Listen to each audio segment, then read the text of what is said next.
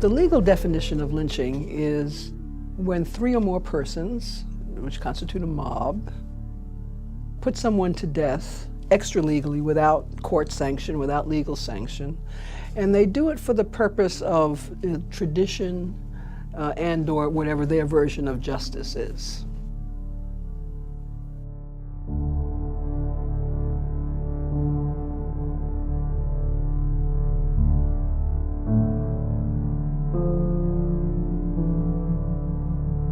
And this becomes a legal definition by the 1920s of the NAACP and their struggle, of course, against lynching and trying to make lynching a federal crime.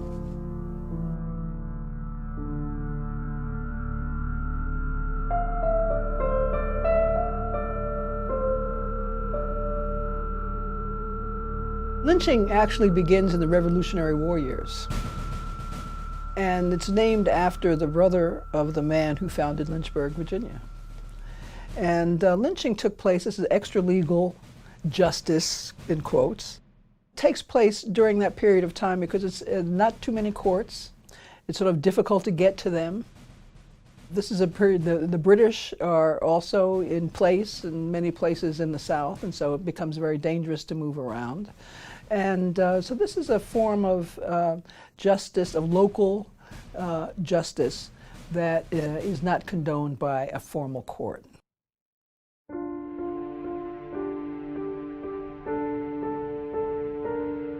It's interesting, it's not until 1886 that the number of black lynch victims actually exceed the number of white lynch victims. So this is an American tradition that becomes racialized later for a number of reasons. There's a constant struggle over the meaning of who deserves the protection and rights that are talked about in the U.S. Constitution. And what happens, of course, is that one of the functions of a stereotype, of a racial stereotype, is to show that someone is undeserving of first-class citizenship. And until rather recently, first-class citizenship was seen not as a right, but as a privilege.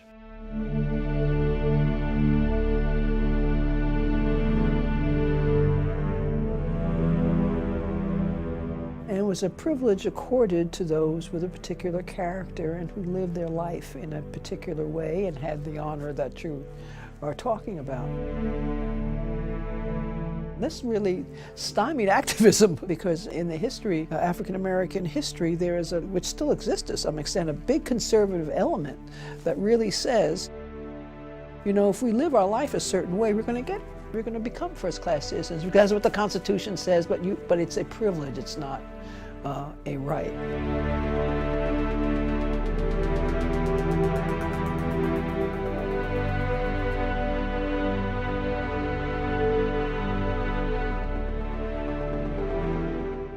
In the late 19th century, an evolving scientific theory claimed that human beings could be categorized and ranked by such constructs as social standing and group affiliation.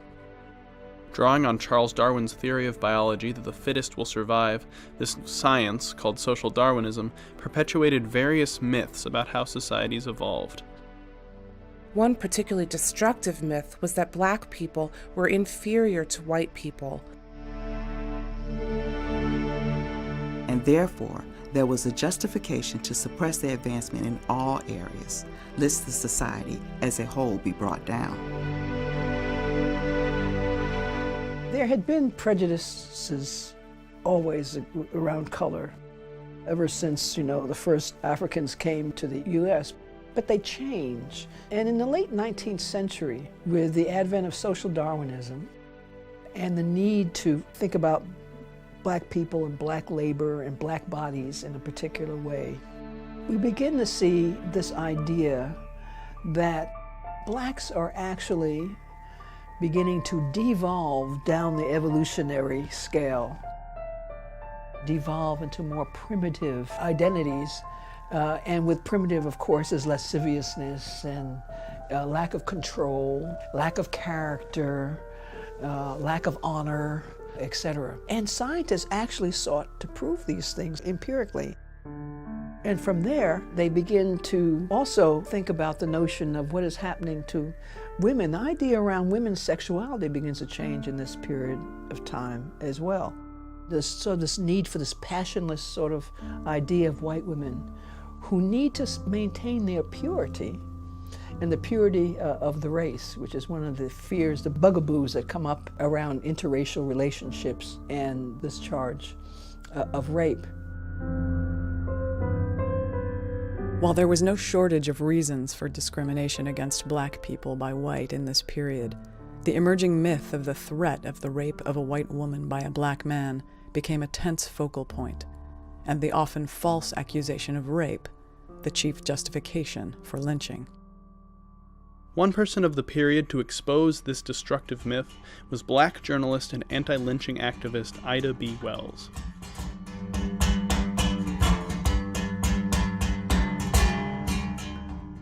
Ida Wells was an activist, a woman who was born in Holly Springs, Mississippi in 1862. And in 1892, a very good friend of hers was actually lynched in Memphis, Tennessee, by the name of Tom Moss and two other men along with him. And what she begins to understand is that lynching is really taking on a new kind of face, quite literally. That blacks are being victimized now in greater numbers. And the reason that is given for this rise in lynchings, which reaches a peak in 1892, is the accusation that black men are raping white women.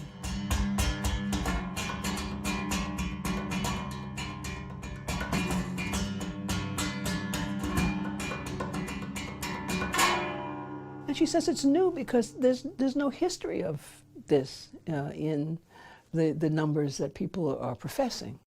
She knows that Thomas Moss certainly hasn't, and there's a whole history, there's a reason why he was lynched. He was actually competing successfully with another, with the white store owner.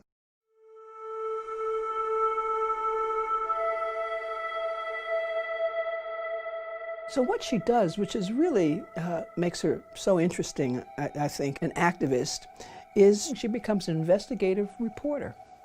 And so when she starts talking against lynching, she's just not giving an opinion, she's actually going to the sites of lynchings.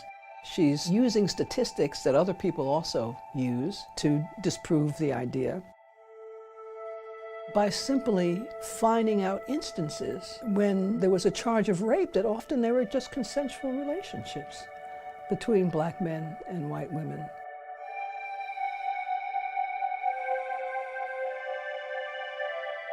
And that in and of itself it turns the world upside down.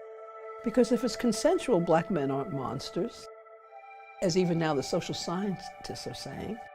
If it's consensual, white women aren't desexualized and innocent of any kind of behavior and in need of all this protection, which black people are being killed in the name of.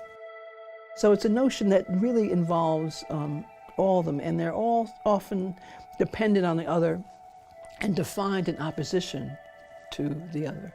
You can't have white people if you don't have black people, right? With all of the characteristics that are also defined in opposition to one another. I mean, this is one reason why you have to have lynching, that even segregation, there's too much equality. I mean, you have to have something that really distinguishes white people from black people.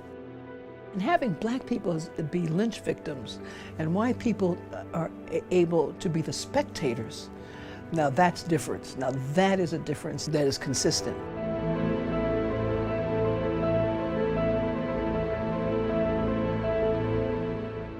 According to the Tuskegee Tuskegee Institute, from 1882 to 1951, 4,730 people, mostly black, were lynched in the United States.